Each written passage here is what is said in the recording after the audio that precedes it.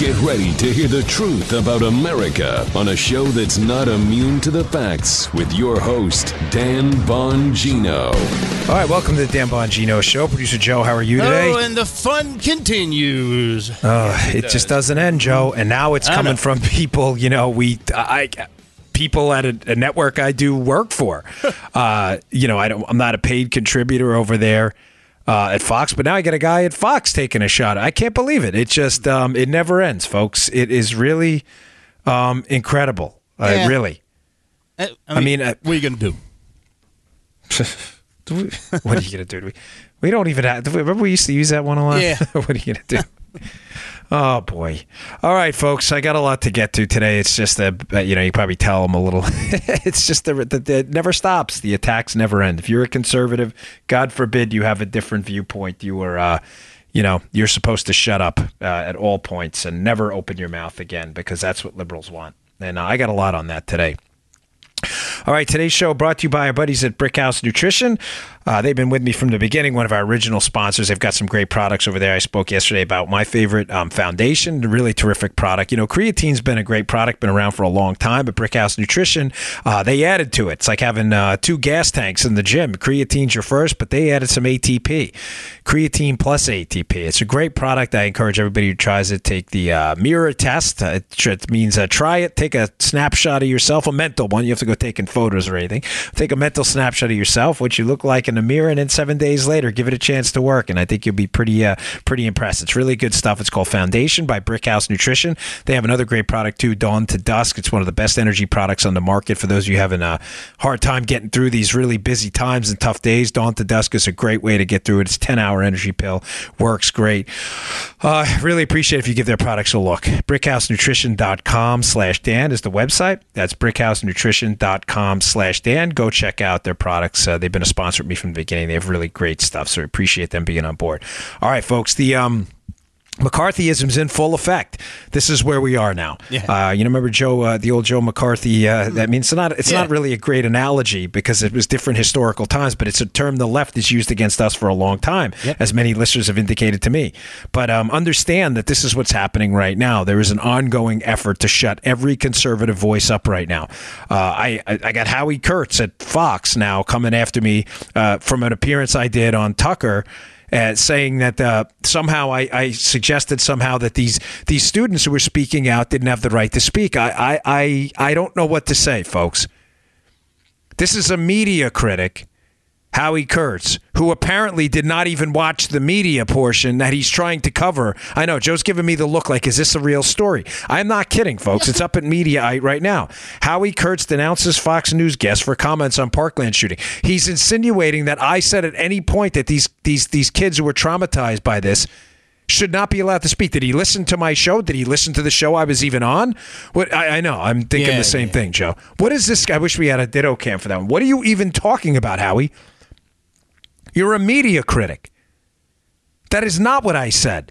Matter of fact, I said specifically during the Tucker Carlson piece that these kids that were traumatized by this had a very valuable voice, and that the point about the signs missed was the part where I think they could be the most valuable. My critique was that of the media that was highlighting the supply side measures of this, as this was as simple as saying, oh, gun control and all this was going to go away. Are we not allowed to talk? Are we not allowed to talk anymore? No, I'm serious, man. Are we not allowed to talk? We're not allowed to have an opinion about anything ever. You empathize with people? It's fake. Oh, it's all fake. You guys just want kids dead. Kids speak out. You celebrate them speaking out. You say, listen, I think these kids who were traumatized by this could have something really interesting to add to the debate about what the signs were missed and the mental health debate. Right. I think on gun control, I have a different opinion. Oh, all of a sudden, he's trying to shut them up. Can we talk anymore? You don't say anything, you're not sympathizing. You say anything, it's fake. You open your mouth on Twitter, you're a Russian bot. You don't open your mouth on Twitter. Look at these cowards, they're hiding. Do you realize there's nothing we can do? Folks, the truth is on our side. But I again, I'm not trying to be Debbie Downer. I actually have some good stories today I want to talk about too, because I'm trying to lighten up the mood in light of everything that's going on a little bit, and try to frame the stories so that we can get a bit of an emotional break from the trauma of the last couple weeks. But this is getting harder and harder to deal with, folks. I mean, every day you're either a Russian bot, you're either a coward, or you're an accomplice to murder. This just doesn't end. This is why I begged and pleaded yesterday with you to please follow us, support us, spread the word if you can, because otherwise there's no way for us by ourselves, Joe and I, to withstand the onslaught. We have a good following, okay? But the following is not good enough. And it won't end with us. No, it won't end with us, Joe. No, It'll go on to Ben Shapiro next, and someone after that, and next thing you know, you'll be stuck again with Joy Reid and Joe Scarborough as your sources of information. I have a story in the show notes today. Please check them out at Bongino.com to show you how ridiculous this is.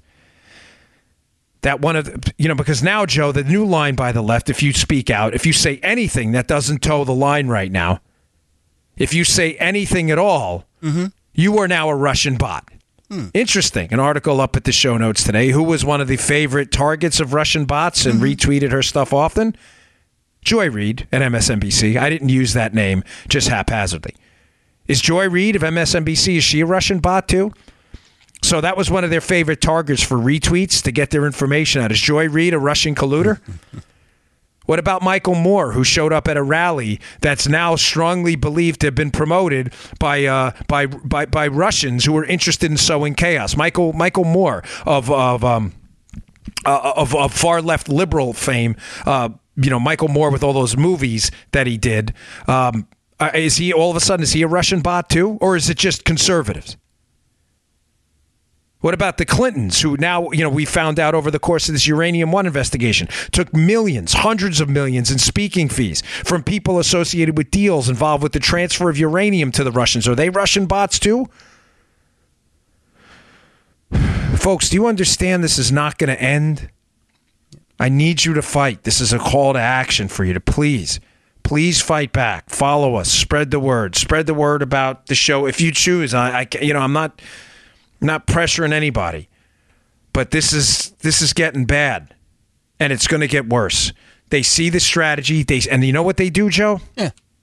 They smell weakness, and they smell weak Republicans out there. And I'm going to ask you this, and I'm going to move on. Do you believe in what we're doing or not? Do you believe in the Second Amendment? Do you believe in the Bill of Rights? Do you believe in the right to speak out? If you believe it, this is the time to do it. Follow, spread the word, stand up.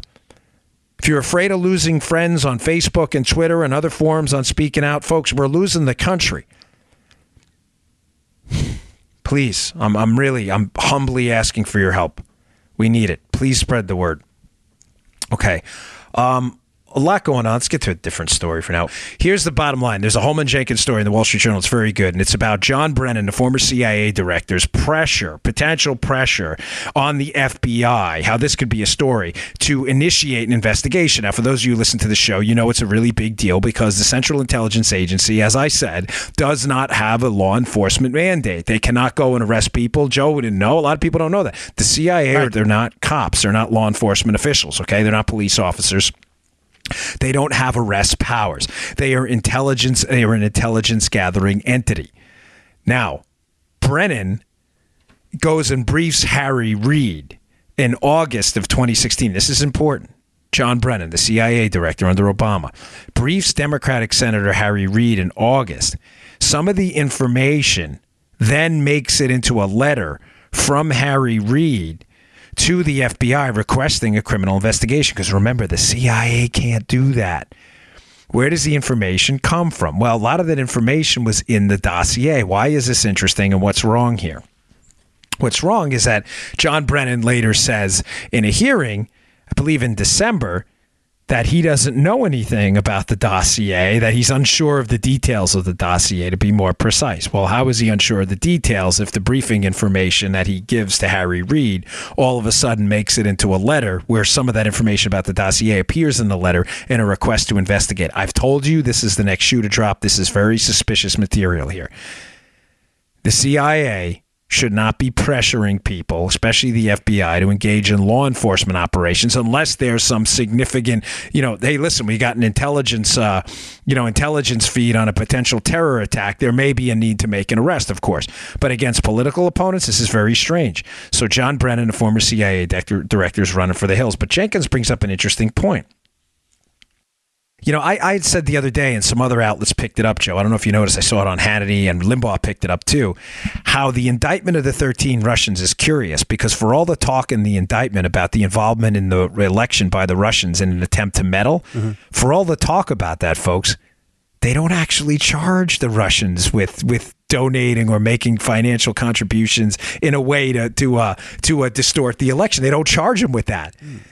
And I had said to you, based on the piece I put in the show notes, that I thought that was quite curious, and I think it speaks to some involvement with the Hillary Clinton campaign and Russians that may be, let's say, they may not look good for the Clinton campaign. And I think Mueller may be afraid. Does this make sense, Joe? If you listened to the show the other day, it will. They did not charge the Russians with basically election fraud-based crimes. Based on that, they charge them with wire fraud and conspiracy, and I think it's because the involvement of Hillary in the Russians is a little more intense than we're being led to believe. And if Mueller sets a precedent, Joseph, that the Russian election fraud and Russian election money and Russian attempts to influence the political process, if they charge him with that specific crime, I think Hillary is in fact in more trouble than we've been led to believe. And I think that may be why they didn't do that, because Hillary seems to always get a pass. They're like the Teflon Dons of politics. Here's the problem. Jenkins says, listen, the CIA has a lot of information, Joe. They obviously have information we don't know about. Of course, I mean, I think that goes without saying. They have a level of clearance Joe and I don't have. We're not read in on SCIF-type programs anymore, right? This is not a SCIF. This is a podcast. But I was an SCI cleared Secret Service agent for a while, and they probably have a lot of info. And the interesting angle he brings up is that they probably have information on Steele's contacts with the Russians as well that may be a little bit more extensive, folks. Now, this is really troubling because Steele's a foreign agent himself. Remember, just because Steele used to work with MI6, the British intelligence outfit, they are a friendly country to us. I want to be clear on that. But that doesn't matter. He is still a foreign agent. He is not a U.S. citizen. I don't want to put words in Jenkins' mouth, but it's interesting how he says if they have more information there and his extensive contacts we don't know about them. I mean, what level of involvement does Hillary have with the Russians, folks? This could be more frightening than we know. And I think in those 30,000 emails that are missing, which I don't believe are missing, by the way, there may be some more information there to uncover a more extensive web of contacts between Hillary and Russians. We already know about Skolkovo, which I told you about the other day, which was, the Silicon Valley. I think I said Silicon. Thank you for all the corrections. Silicon Valley of Russia, and how these companies that were investing over there, something like 17 of the 28 companies made donations to the Clinton Foundation, and the FBI found later on that these attempts to establish this tech hub, Joe, in Russia were really attempts to steal dual-use technology for potential Russian military use. These companies donated to Hillary Clinton. Now, the CIA must have some intelligence on this. They must have some, something on Steele's contacts there. And if those contacts are a little more elaborate, who was financing those Russians? And are those Russian networks involved also in some attempts to influence Hillary Clinton while using Christopher Steele to attack Donald Trump through the dossier? It's a really interesting story. Unfortunately, I can't put the story in the show notes because it's subscriber only. But I thought I'd bring it up because there may be some information there we don't know about, and I just think that may change the tide of this case if it becomes public. And I think it's time that if we not, as long as it's not sources and methods that the public's entitled to know. So just to be clear, what I'm saying here is, I think the indictments against the Russians may have been written in such a way to minimize the crime of trying to influence politicians in the United States, precisely because Hillary's contacts with the Russians through Steele may have been more extensive than we know at this point. That's what I'm saying. That makes sense, Joe? Mm-hmm. It's important I get that out there. Okay, today's show also brought to you by our buddies at Simply Safe. Listen, this is a company that's been around for many years. They're great. My mother-in-law absolutely loves Simply Safe. There's no better home security team out there. They've transformed into the fastest-growing home security company in the nation. They protect over 2 million people. That's a lot of folks. Well, they just released their brand new home security system, the all-new Simply Safe. Really excited about this. The system's been completely rebuilt and redesigned. They've added new safeguards to protect against power outages, down Wi-Fi, cut landlines, hammers, bats, everything in between. This is a really terrific system. You know, I was a former agent, so I'm really into these things, and this is a really, really good product. The all-new Simply Safe was redesigned to be practically invisible with powerful sensors so small you hardly notice them. You know who will, though? Intruders. Simply Safe spent years building this system. They added so much, but you still get the same fair and honest price. 24/7 protection for only $15 a month. That's $15 a month. That's it.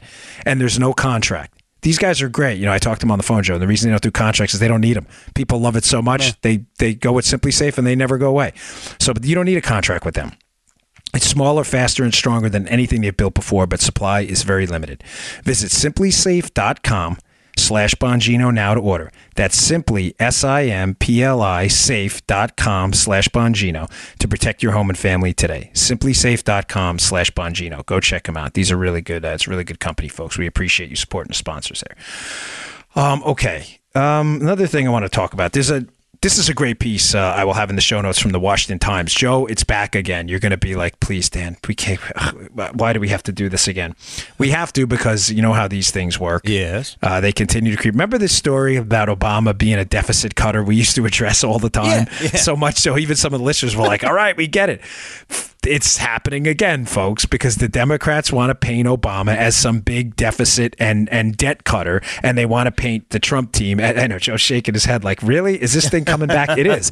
Great Washington Times piece that entirely debunks this. Now, at one point in the piece, to be clear, in the Times, which will be in the show notes, it does say that sorry, I get distracted a bit here. It says that the Clinton team ran surpluses, which we know the Clinton surplus is not in fact true. They didn't run surpluses. There was never a surplus in any year based on standard accounting measures. But it's a good piece otherwise, and it says a couple things I want to get out there. Number one, let's debunk the myth that Obama cut the deficit by 60%. Okay, this is done using absolutely tortured statistics, and it's done in a way to deceive you into thinking that Obama and his team were somehow fiscally responsible. Let me explain how they do this, because technically speaking, they're not inaccurate, but they're doing it hoping you're confused by the difference between debt and deficits. Yeah. When Obama comes into, and forgive me if you've heard this before, but when Obama comes into office, his first year deficit, and to be fair, this is not entirely attributable to him. The first year fiscal policy obviously has some remnants left over from the prior administration. But let's just stick with the first year to show you how they get the number. His first year deficit, meaning the amount of money the government spends in contrast to the amount of money they take in, is $1.4 trillion. Folks, that was a record by far. It was an astronomical amount of money. I mean, a staggering amount of money. Now, the year prior under Bush, and again, I'm just, to be fair, Bush does have something to do with that first year because there's some bleed over. So I'm just trying to be fair. But the last year of Bush, the deficit, Joe, is $459 billion. Right. So $459 billion, first year of Obama, $1.4 trillion. Now, when Obama leaves office, the deficit is $438 billion in 2015. So I'm not even going to talk about it because 2016 it actually goes up a bit. But I'm straining to even give their team the benefit of the doubt, not because I want to do that, but to show you the absolute rank absurdity of their argument. How silly, in fact, it is. It's an insane argument. Okay, Obama's last year in office, the deficit is almost as high as the highest deficit Bush ever produced at $459 billion. His was $438 when Obama left. So if you're going to think about it that way, yeah, technically the deficits did go down under Obama from $1.4 trillion to $438 billion, excuse me. The point I'm trying to make is that they're using that statistic as a way to manipulate you into thinking that this was somehow some fiscally responsible policy. Folks, Obama's smallest deficit is the smallest deficit of any president in American history is up there with the largest ever. His smallest deficit, his largest is by far the largest ever at $1.4 trillion.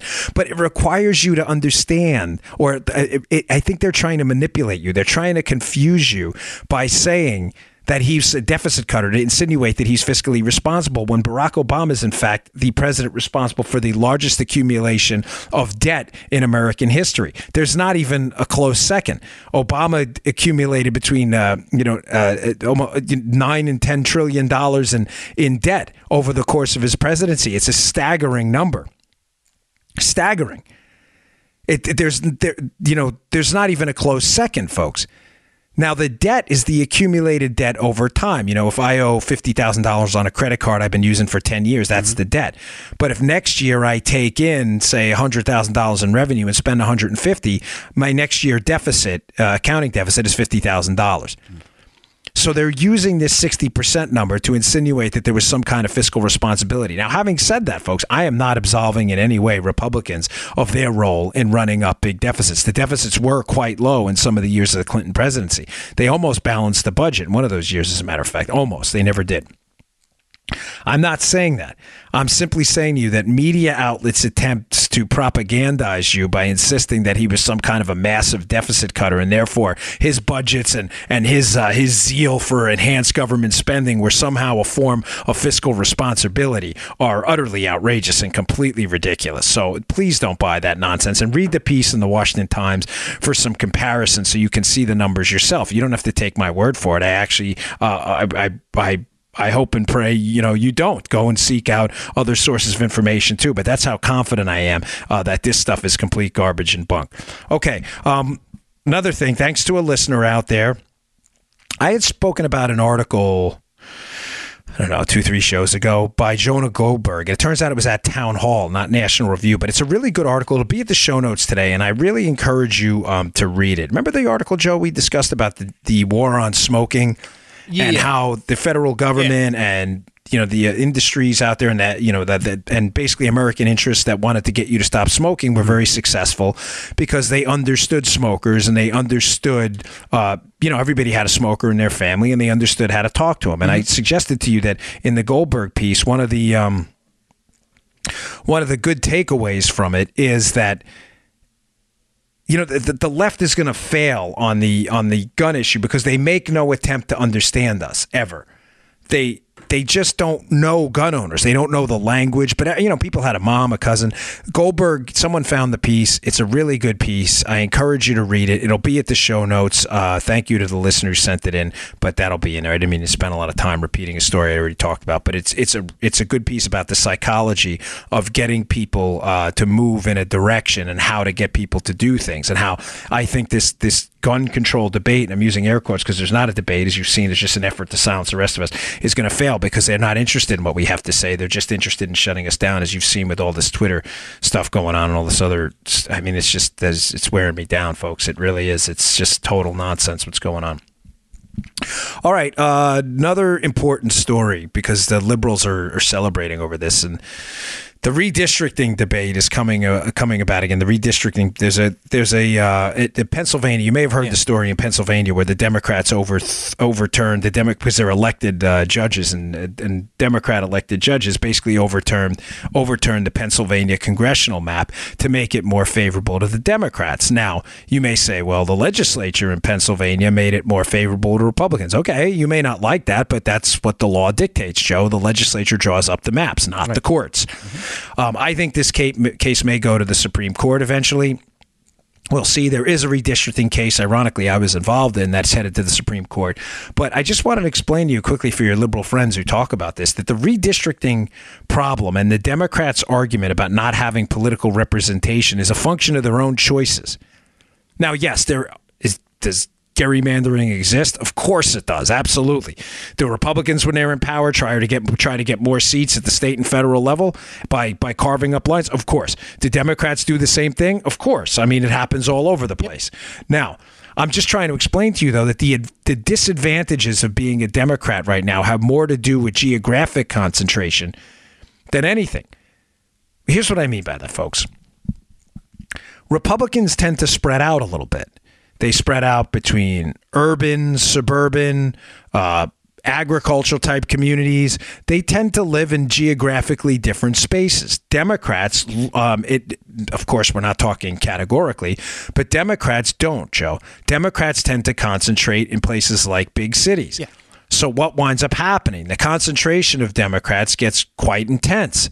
So what you'll have is a district in, say, New York City or Washington, D.C., where literally, I get it, I know it's not a stem, just play the game for a minute, where Hillary Clinton gets 98% of the vote or 94% of the vote. So what happens?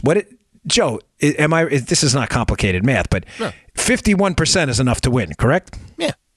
50 plus 1, right? I mean, in races where it's a plurality, you may need even less than that in some primaries. Yeah. You only need 51 out of 100 votes to win. You don't need 98. The problem is Democrats choose to collectively live in cities. So what happens, Joe? You have these races, 90-10, 95 Hillary, 5% Trump, and they have what the Democrats at least are calling wasted votes. They're not wasted. They're just people tend to live. Your vote still counts. It just doesn't add to the win. It just buffers the margin of the win, right? But it still counts.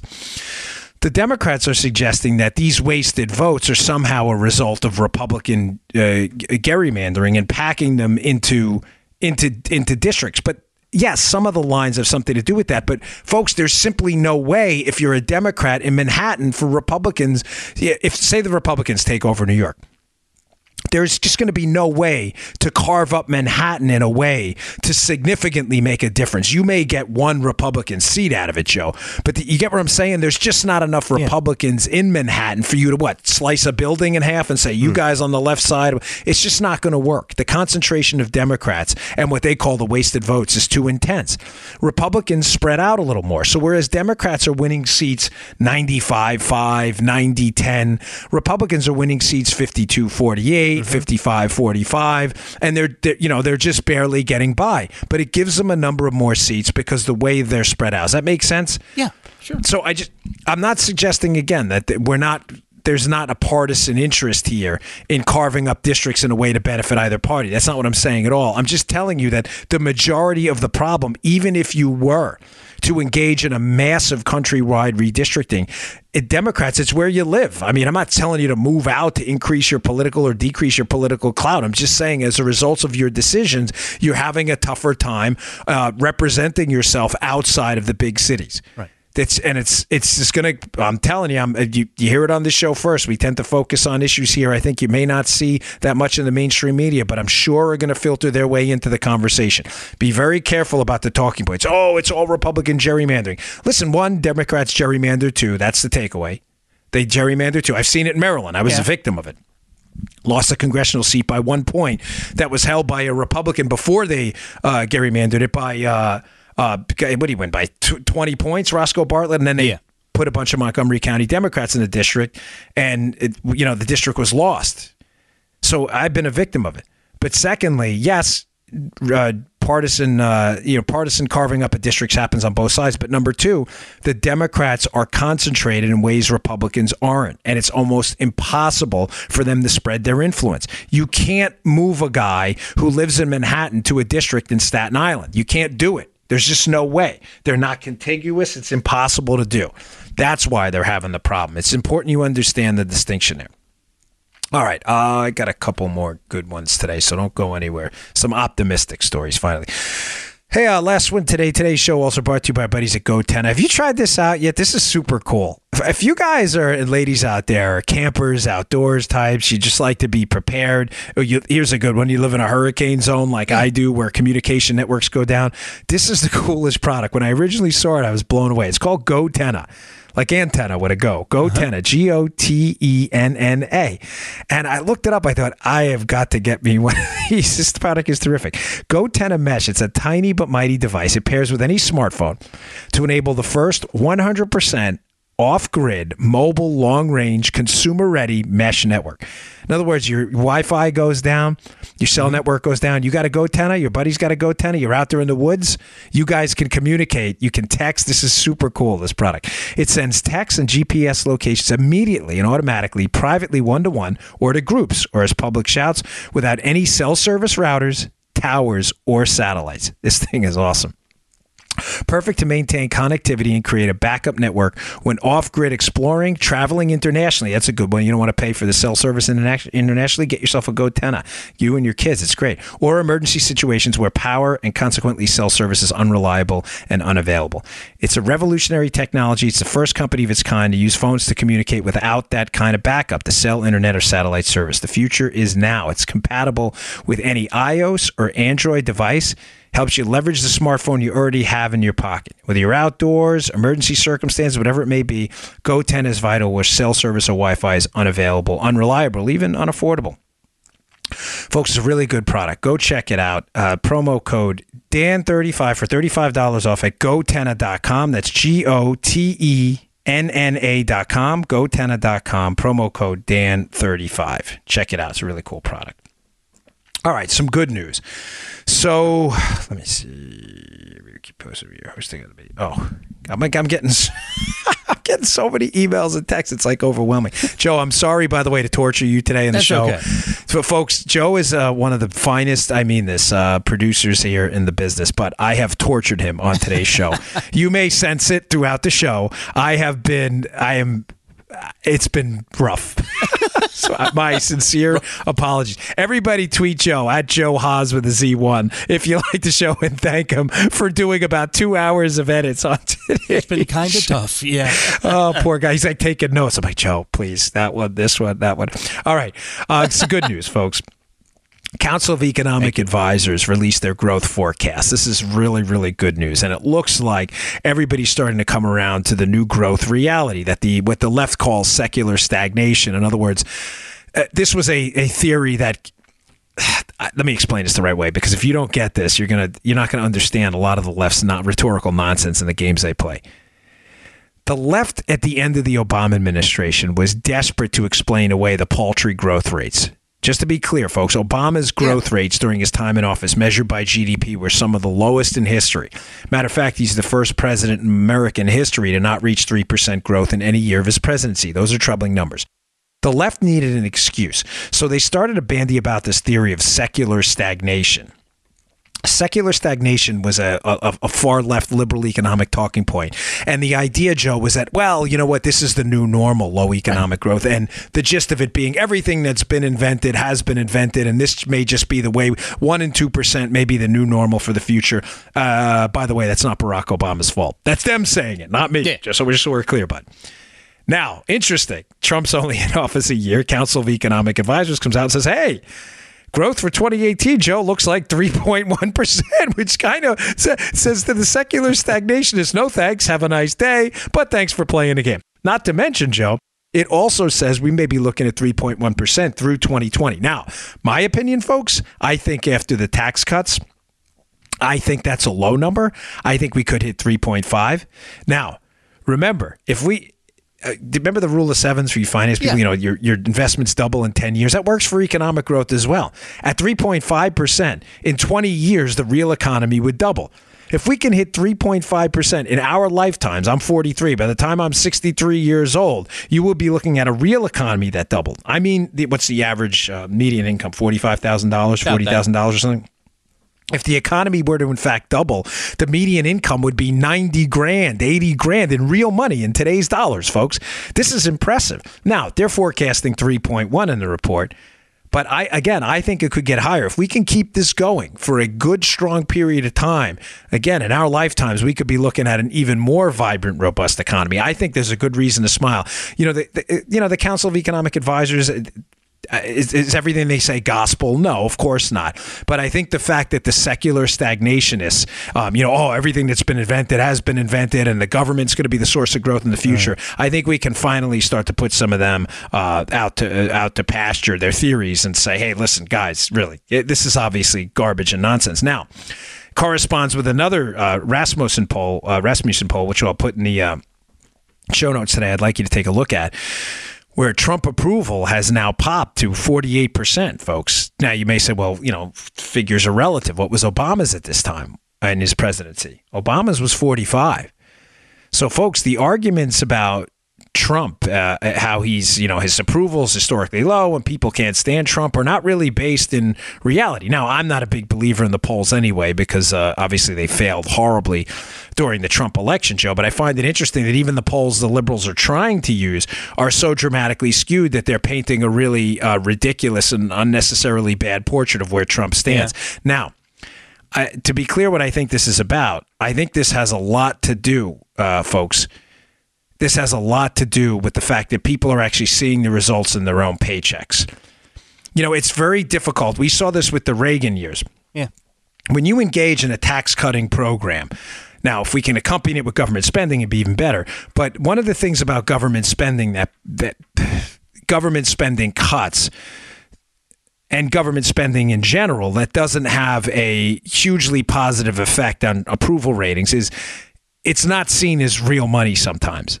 If I don't explain this right, stop me. But I think the way it works is people assume government debt is somehow not going to hit them, because it hasn't right away. I told you about interest rates. That interest rates, as they go up because people won't lend us money as we get farther and farther in debt, will be the canary in the coal mine.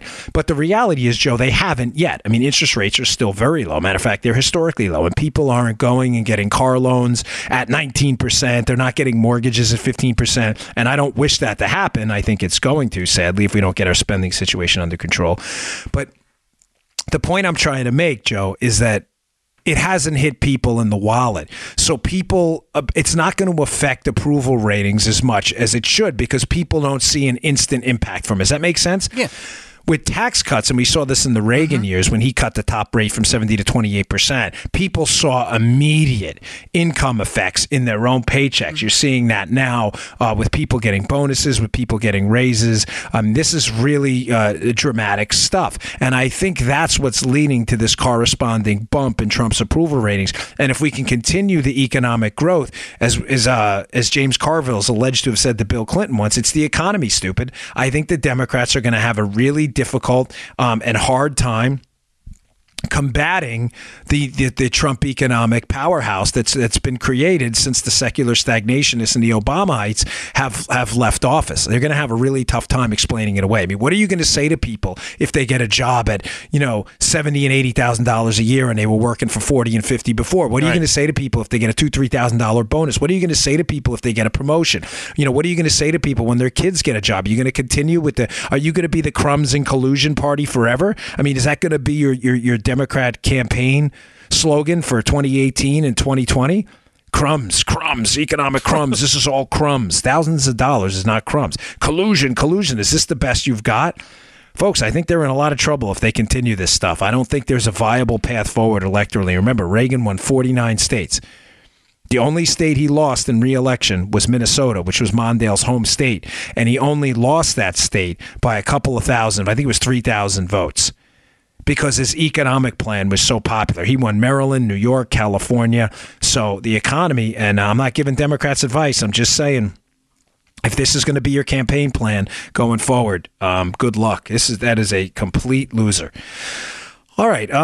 Here's a story I saw yesterday at the Wall Street Journal, which I thought was interesting, and it just speaks to what I was talking about yesterday, Joe, during the show about how the conservative economy may be the only path forward. The story's about this growth in a la carte type programming. It's not so much about cord cutters meaning people who disconnect from cable, but it's about the growth in Netflix and HBO and podcasting, and it's a really good story. And it says, listen, a lot of these people who may have been cable talents before or entertainers who wouldn't have been given a platform on whatever, ESPN or Comedy Central, whatever it may be, are now starting their own shows. And they're selling them to Netflix and other places, and they're doing quite well, and people are listening and watching. And it applies to me. I mean, this show is called The Dan Bongino Show. I always joke with people, it's amazing. They found a guy named Dan Bongino to host the show called The Dan Bongino Show. I know it's a horrible joke. My wife hates it, but for some reason, I can't stop telling stupid jokes. But the show, that's what this is. It's a la carte. It's on demand. You get it on demand. It's free to you. We hope to keep it that way for a long time. But this is growing as a platform. And one of the examples I give is the guy who did that show Talk Soup on, what was that, on E or whatever it is. He's on Netflix now, and he has this really low budget show.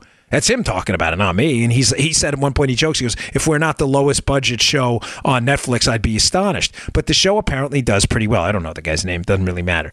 I bring this up because, folks, even in a la carte programming, in the future, the distribution networks are going to matter. And this is where this war on conservatives and libertarians is not going to stop. If the distribution channel now is cable, and let's say the Dan Bongino Show, like, no, we're not going to do that. We're not going to have the Dan Bongino Show on cable. Why? Well, he's a conservative. You effectively have cut me off from doing that. It's going to be up to places like Netflix and HBO to provide alternate kind of counter programming, the liberal stuff as well. Why do I bring up HBO? I'm not targeting anybody here. I'm just saying HBO just picked up Pod Save America, which is a very popular podcast done by some former Obama officials. And let me say, and I mean this from the bottom of my heart, I am not being silly or ridiculous about it. Congratulations to the guys who started Pod Save America. They are liberals. They're leftists. Yeah, but nice job. You put together a business model. People like your product, like people like ours. And unlike a lot of liberals out there, and I'm not saying the Pod Save America people are calling for any kind of a boycott or anything like that, but a lot of liberals are. They just don't want conservative voices. I applaud them. HBO just picked them up, Joe. I don't know what they're going to do, like a video version, I guess, of Pod Save America. I'm not really sure. But I applaud them. I don't, again, I vehemently disagree with their political views, but that's, America's a vibrant, flourishing country where ideas should be able to flourish. My complaint is that I can guarantee you, Joe, that if our political, keep in mind, we may not be as popular as Pod Save America, but I assure you, we're not far away. Yeah. This show that Joe and I put together, thanks exclusively to you, has gone bonkers. I'm almost positive that if we were to approach HBO and to say, hey, did you guys entertain this for doing a video show, that one of the, I don't want to speak for them in advance, but I think it would be an issue that our show was political, but conservative political. Yeah. My problem with the whole thing is when if the default position is liberalism is acceptable and conservatism isn't. It's a free market. I can't be clearer about this. As I said yesterday about Twitter, they're free to do whatever they want. It's their company, Facebook too. So is HBO. They're free to pick up and not pick up whoever they want, Joe. Netflix as well. I'm just saying, us as consumers, we have to find a way to bypass this. And I think the way to circumvent and bypass these distribution networks, am I clear? You get what I'm talking about here?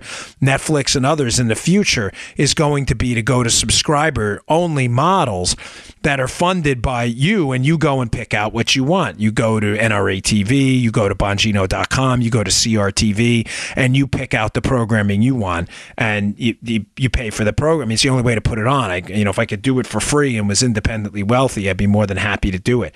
But again, I applaud these guys. I just wish the favor would be returned on our end because, folks, as I said to you yesterday during the show, and I'll tell you again today, I don't bore you with a lot of the internal details. Some of them actually aren't even that boring, but I don't want to share too much sometimes because I don't want to give anybody else ideas. But the pressure going on behind the scenes to silence a lot of conservatives out there is really dramatic. And at some point, we are really desperately going to need your help. I mean, it's happening at conferences. Did you see this thing with this? Oh, I'm sorry, folks. One more story. I didn't mean to get off track, but this is important. It's even happening in relatively conservative areas. The NRA is having their convention in Dallas. Yeah. Dallas, not exactly a bastion of liberalism. Now, to be clear, a lot of Democrats in Dallas, no question about it. But there are political officials in Dallas pushing for the NRA to move their convention out of Dallas. Yeah. Folks, it doesn't stop. I mean, if Planned Parenthood wanted to have its convention in New York City, listen, I absolutely object to everything Planned Parenthood does, but Planned Parenthood can speak out. They can have a convention if they'd like. I mean, you're not going to see me telling the Madison Square Garden or wherever they were to do it that you guys can't host these people. This is the battle that's going on behind the scenes. I mean, if we can't even host a convention in Dallas, then folks, we're in a world of trouble. And this is the kind of stuff I need you to be on the lookout for, and that is why I desperately need your support, and I need you to spread the word about the show. Again, my sincere apologies for asking you for favors. We try not to do that. We try to just provide you a show and be low maintenance, but there's a really sincere and tough battle going on behind the scenes, and I could use your help in advancing the cause, folks. And thanks to everyone who has supported us and the show. Please go to Bongino.com, check out the show notes today. I think you'll like me. I have some good selections, and please spread the word and join my email list. I'll send these articles, as always, right to your inbox. I really appreciate it. Thanks, folks. If you're at CPAC, by the way, please come say hello. I'll be at the NRA TV booth. I'd be happy to talk to you. See you all soon. You just heard The Dan Bongino Show. Get more of Dan online anytime at conservativereview.com. You can also get Dan's podcasts on iTunes or SoundCloud. And follow Dan on Twitter 24/7 at DBongino.